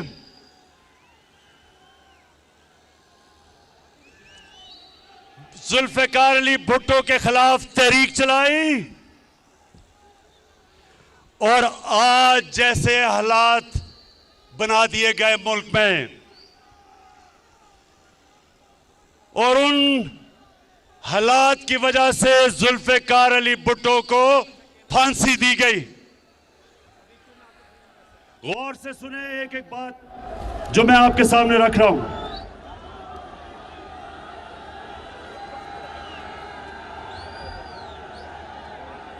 आज क्या हुआ? आज आ रही आवाज?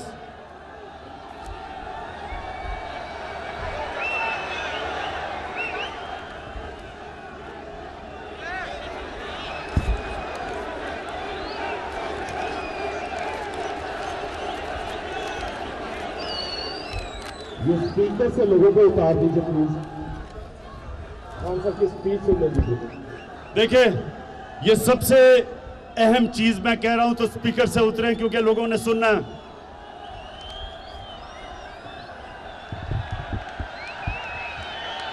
अच्छा, आवाज आ रही है?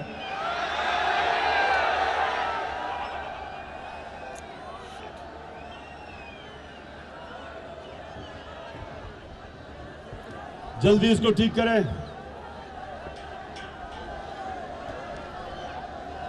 स्पीकर से उतरो, उन्हें आवाज नहीं आ रही।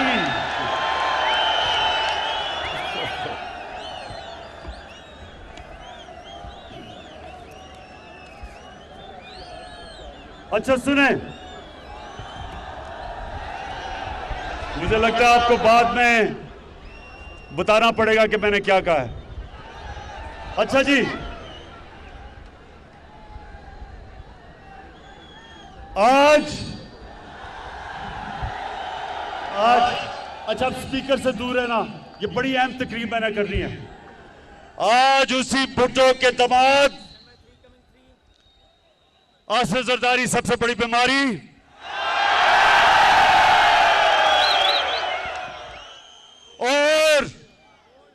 और उसका नवासा कम पे टांग रही हैं।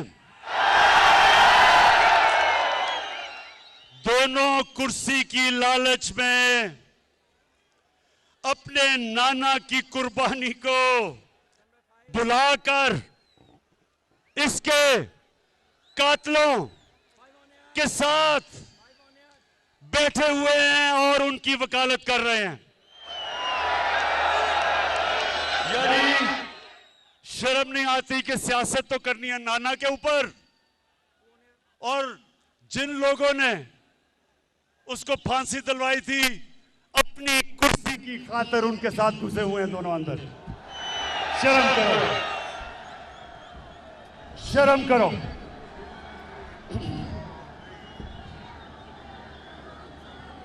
अच्छा, आज फिर मुल्क को उन्हीं हालात के सामने रख दिया गया है। अब ये सुने, हमारे मुल्क की जो पॉलिसी है, फॉरेन पॉलिसी, उसको मड़ोड़ने की कोशिश बाहर से की जा रही है।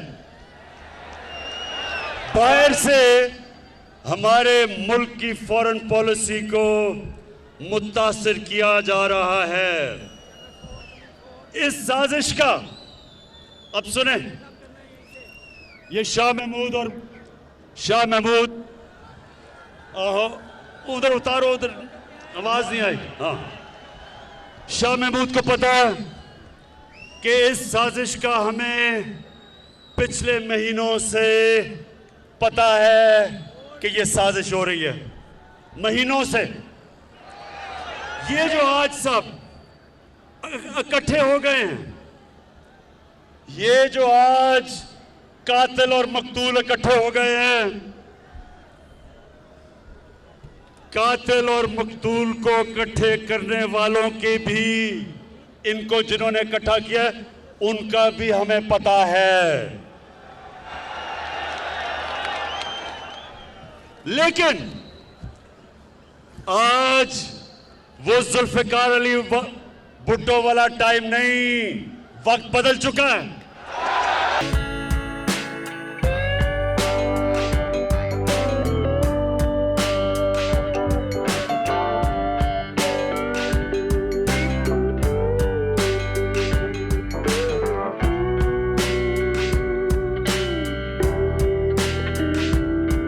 अब सुने, वक्त कैसे बदल गया है।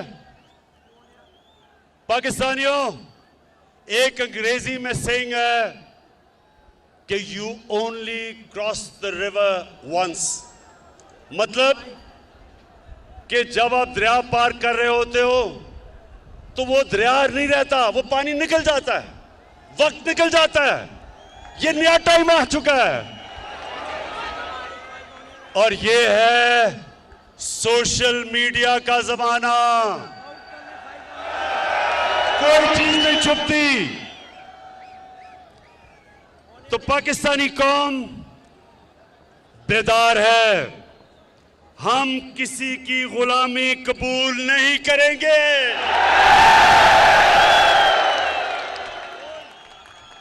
हम सबसे दोस्ती करेंगे, गुलामी नहीं करेंगे।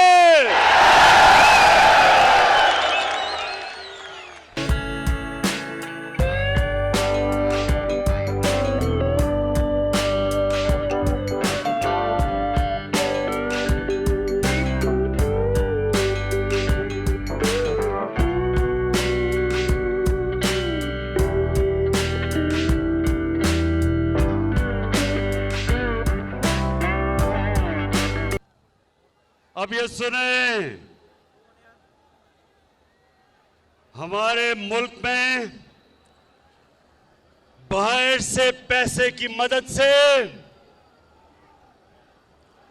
हुकूमत तब्दील करने की कोशिश की जा रही है।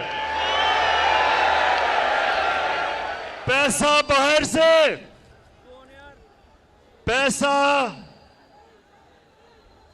पैसा बाहर से है, लोग हमारे इस्तेमाल हो रहे हैं, ज्यादातर अनजाने में, लेकिन कुछ जानबूझ के ये पैसा इस्तेमाल कर रहे हैं हमारे खिलाफ। और वो मैं अभी आगे बताता हूं। पाकिस्तानी कौम ने,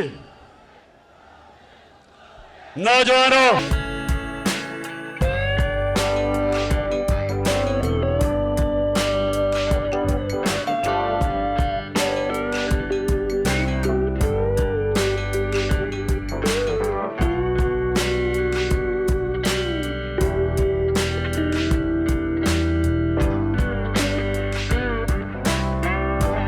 ये फैसला करना है कि वो बाहर के अरबों रुपए लेके हुकूमत के खिलाफ साजिश करने वाले गुलामों को कामयाब होने देंगे। मैं यही इसलिए आपको आज बुलाया था मेरे पाकिस्तानियों, मैंने आपको बुलाया इसलिए था, जो एक डेमोक्रेट होता है वो अवाम के पास जाता है, वो किसी के पास झुकता नहीं, हाथ नहीं फैलाता।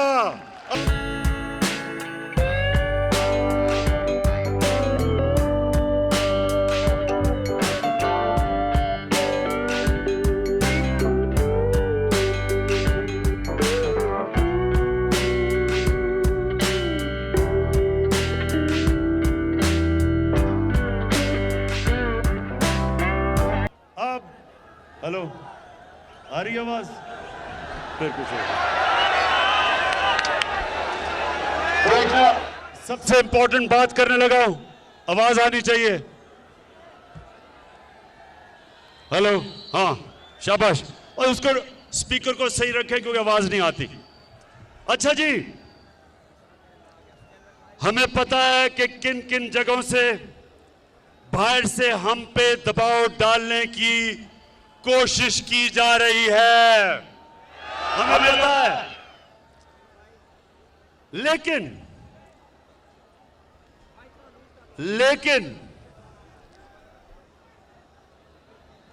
हमारे मुल्क की मफाद में लिखकर हम कह रहे हैं कि हमारे मुल्क की मफाद में, लेकिन लिख के हमें धमकी दी गई है।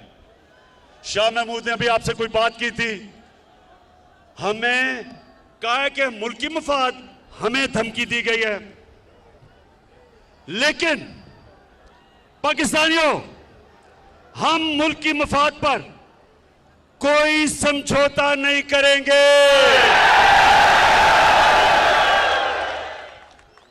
मैं आज कौम के सामने पाकिस्तान की आजादी का मुकदमा रख रहा हूं आपके सामने। मैं इल्जामात नहीं लगा रहा, अब ये जरा सुने, मैं इल्जामात नहीं लगा रहा।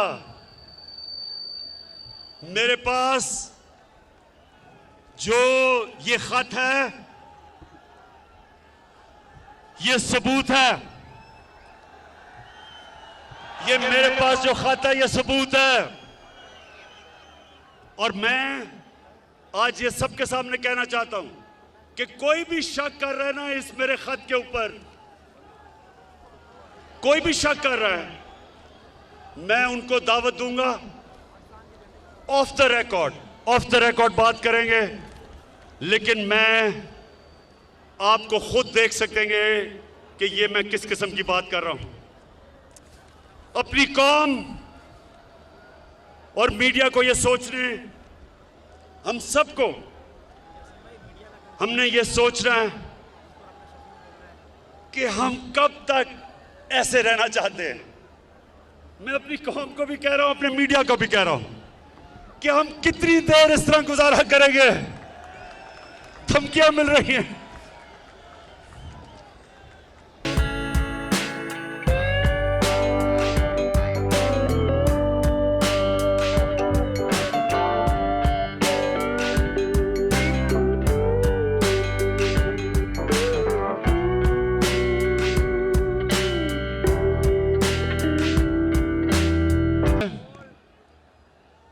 फिर से कह रहा हूं, आज सबके सामने आज दिल खोल के बात कर रहा हूं। बैरूनी साजिश की ऐसी बहुत सी बातें हैं जो मुनासिब वक्त पर और बहुत जल्द सामने लाई जाएंगी। तैयार है ना सब? कौम, मेरी कौम ये जानना चाहती है कि लंदन में बैठा हुआ किस किस से मिलता है?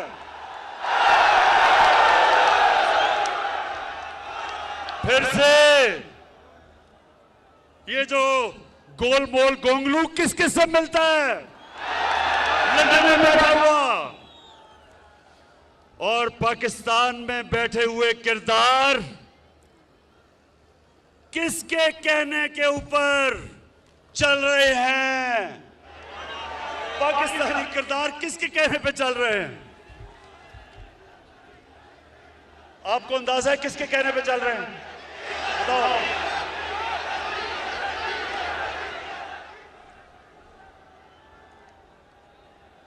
हमारे पास जो सबूत है, हर चीज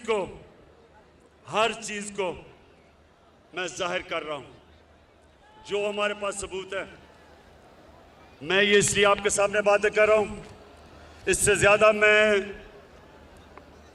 तफसील में इसलिए बात नहीं कर रहा क्योंकि मेरी सबसे बड़ी कोशिश होती है कि मेरे मुल्क के मफादात की हिफाजत की जाए। मैं कोई ऐसी बात ना कर दूं कि मेरे मुल्क को नुकसान पहुंचे।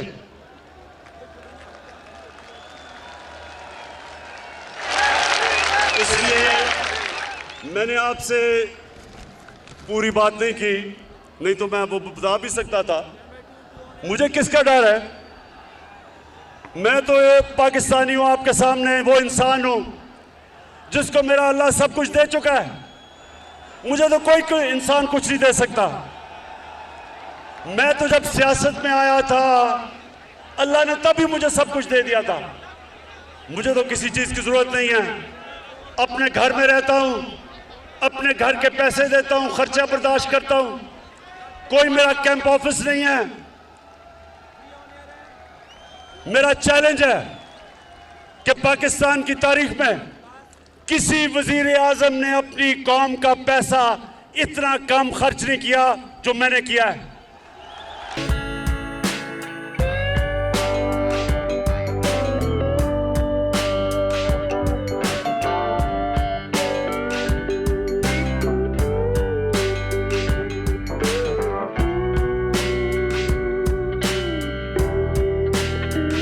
पाकिस्तानियों, मेरे पाकिस्तानियों, एक चीज याद रखना,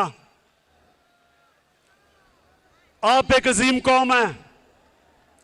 अगर हम उस अजमत पे नहीं पहुंच सके, बहुत बड़ी वजह उसकी ये चोर हुक्मरान जिन्होंने 30 साल से इस मुल्क को लूटा है। 90 की दिहाई की मैं बात कर रहा हूं। मैं 70 की दिहाई में और 80 की दिहाई में हिंदुस्तान जब क्रिकेट खेलता था और क्रिकेट खेल के जब पाकिस्तान आता था तो लगता था एक गरीब मुल्क से एक खुशहाल और अमीर मुल्क में आ गया हूं। 90 की दहाई में जब ये 2 करप्ट खानदान इस मुल्क के ऊपर हावी हुए हैं, हर चीज में हम पीछे रह गए। सारे बर्रे-सगीर में हिंदुस्तान आगे निकल गया। 90 तक हम हिंदुस्तान से आगे थे, ह्यूमन डेवलपमेंट में आगे थे। यहां खुशहाली ज्यादा थी, गुर्बत कम थी। बांग्लादेश से हम इतना आगे थे कि कोई तस्वर भी नहीं कर सकता था कि बांग्लादेश भी एक दिन हमारे से आगे निकल जाएगा। इन 2 चोरों ने जब से मुल्क का खून चूस के मुल्क का पैसा बाहर ले जाना शुरू किया, हम पीछे रह गए। और मैं 25 साल से इनका मुकाबला कर रहा हूं। 14 साल अकेला इनका मुकाबला किया है। लोग तो बाद में मेरे पास आए हैं और मैं कभी भी कोई भी जाती मुफादात के लिए इतनी देर जंग नहीं लड़ता। और उस आदमी को जिसको अल्लाह सब कुछ दे चुका था, जितनी देर मैं वजीर आजम बनाऊं, इससे कम अरसे में जब नवाज शरीफ वजीर आजम बना था 18 फैक्ट्रियां बना चुका था। सरकारी बैंकों से पैसा लिया, फैक्ट्रियां बताई, सरकारी बैंक से कर्जे माफ करवाए, इसको बिजनेस नहीं कहते, इसको डाका कहते मुल्क के ऊपर। वही जरदारी, उसके पास क्या था, आज शुगर मिल्स, अरबों अरबोपति है, मुल्क मकरूज करके अरबोपति। तो मेरा इनसे कोई जाती लड़ाई नहीं है। मैं वो पाकिस्तानी हूं, जब मैं 18 साल की उम्र में क्रिकेट खेलनी शुरू की पाकिस्तान के लिए, तो हम वो कमजोर टीम समझे जाते थे, हमारा कोई हैसियत नहीं था दुनिया में।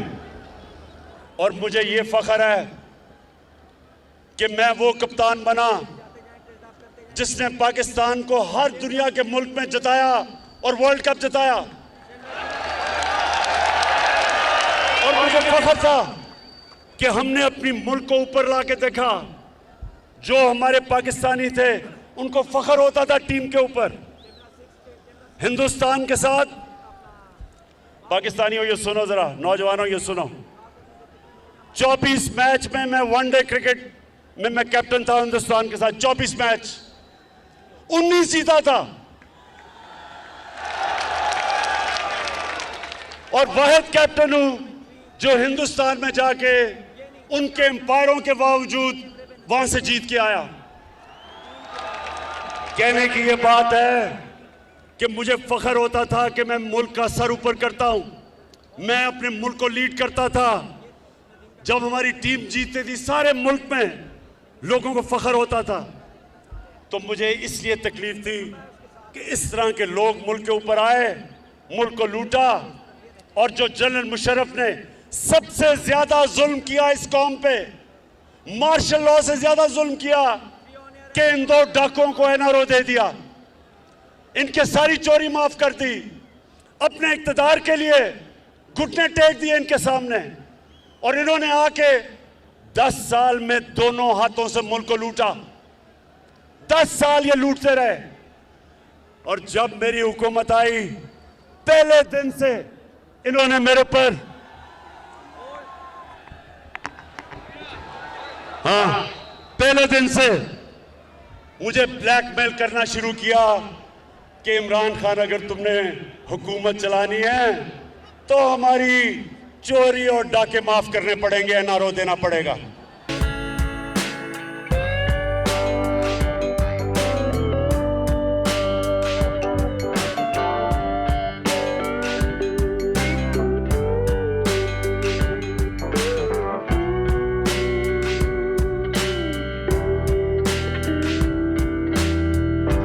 अच्छा सुनो,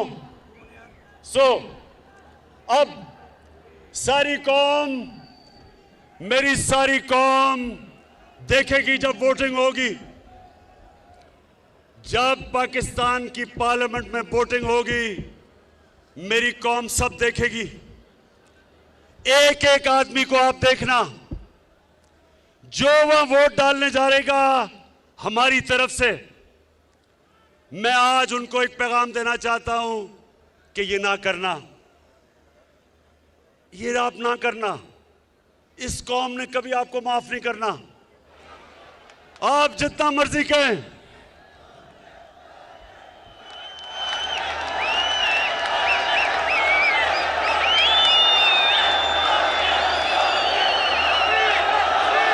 आप जितना मर्जी कहेंगे कि जी वो देखे ना, हमारे से हुकूमत ने अच्छा नहीं किया, देखें जी उन्होंने मेरे काम नहीं किए, देखें जी वो महंगाई नहीं रोकी गई। आपके पास जो रास्ता था वो एक ही है, जमहूरियत में एक रास्ता है, रिजाइन करो। अगर आपको हुकूमत नहीं पसंद आ रही तो रिजाइन करो। लेकिन 25 करोड़ रुपए सामने रख के और कहना कि जी तब आपका ज़मीर जाग जाए, वो कौम नहीं मानने लगी, कौम आपको माफ नहीं करेगी, ये कौम आपको माफ नहीं करेगी। सोशल मीडिया का जमाना है, हमेशा जब वो ज़मीर फरोश को प्रेस करेंगे तो आपकी शक्लें आ जाएंगी सामने। और आज मैं अपने नून लीग और पीपल्स पार्टी के एमएनएस को भी आज पैगाम देना चाहता हूं। मुझे ये बताएं कि आपने तो सारा वक्त कहा था कि नून लीग वालों कि जरदारी का पेट फाड़ के चोरी का पैसा निकालना था आपने।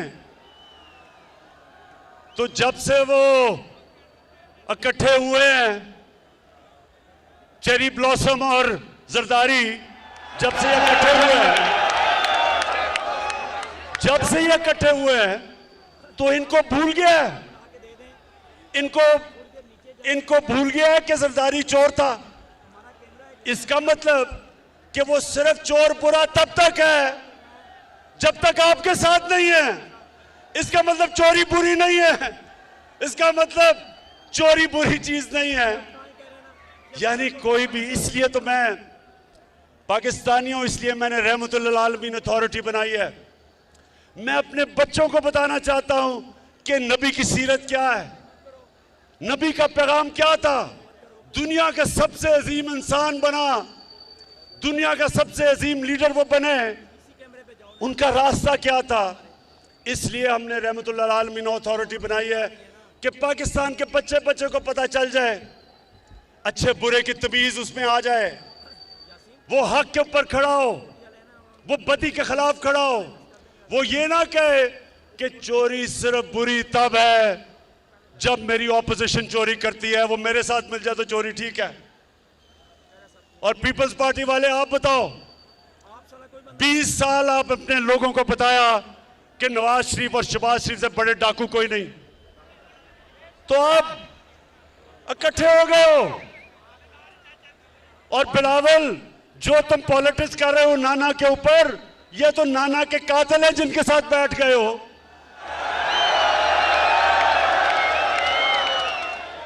तो इंशाल्लाह मुझे उम्मीद है कि हमारे लोग वापस नहीं आएंगे, सिर्फ नून लीग के और पीपल्स पार्टी के एमएनए, जिनको पता है कि ये कितनी बड़ी साजिश हो रही है मुल्क के खिलाफ, उनके भी ज़मीर जाग जाएंगे।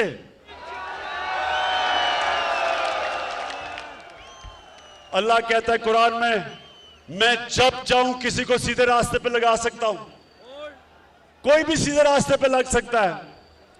तो मैं इन सारे पार्टीज के, नून लीग और पीपल्स पार्टी और फजल रहमान, वैसे फजल रहमान मुझे तुम्हारी समझ नहीं आई,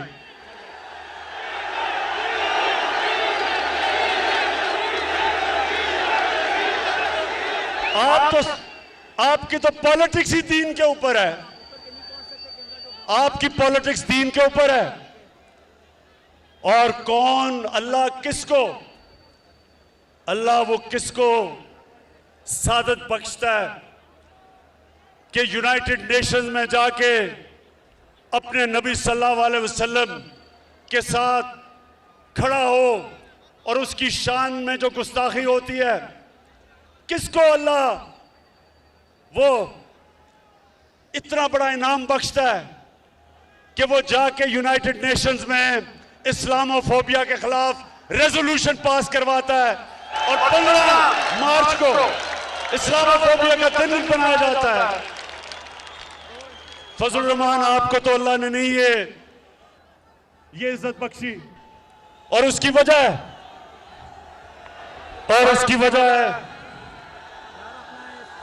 स्पीकर, हाँ उसकी वजह है कि आपकी नीयत अच्छी नहीं है। आप इस्लाम को इस्तेमाल करते हैं जाती मफादात के लिए, इसलिए अल्लाह वो आपको इज्जत नहीं देता। अल्लाह नियतों के राज जानता है, अल्लाह जानता है दिलों के राज। फजल रहमान, जितने मर्जी इस्लाम की बात करो, अल्लाह ने आपको आज तक कभी वो एजाज नहीं दिया कि आपने दुनिया में कुछ भी इस्लाम के लिए किया। मेरी तरह के आदमी को, गुनाहगार आदमी को अल्लाह ने वो एजाज दिया है। मैं अल्लाह तेरा लाख लाख लाख शुक्र अदा करता हूं। अच्छा पाकिस्तानियों, मैं अब अपनी तकरीर खत्म कर रहा हूं। मुझे पता आप जाना नहीं चाहते, मुझे पता है, लेकिन मैं तकरीर सिर्फ एक चीज पे खत्म करता हूं। आपने सबने मेरे से एक वादा करना है, एक वादा करना है। कि आप मेरी कौम कभी आप कभी इजाजत नहीं देंगे किसी पाकिस्तानी हुक्मरान को कि मेरी कौम को किसी के सामने झुकने दो।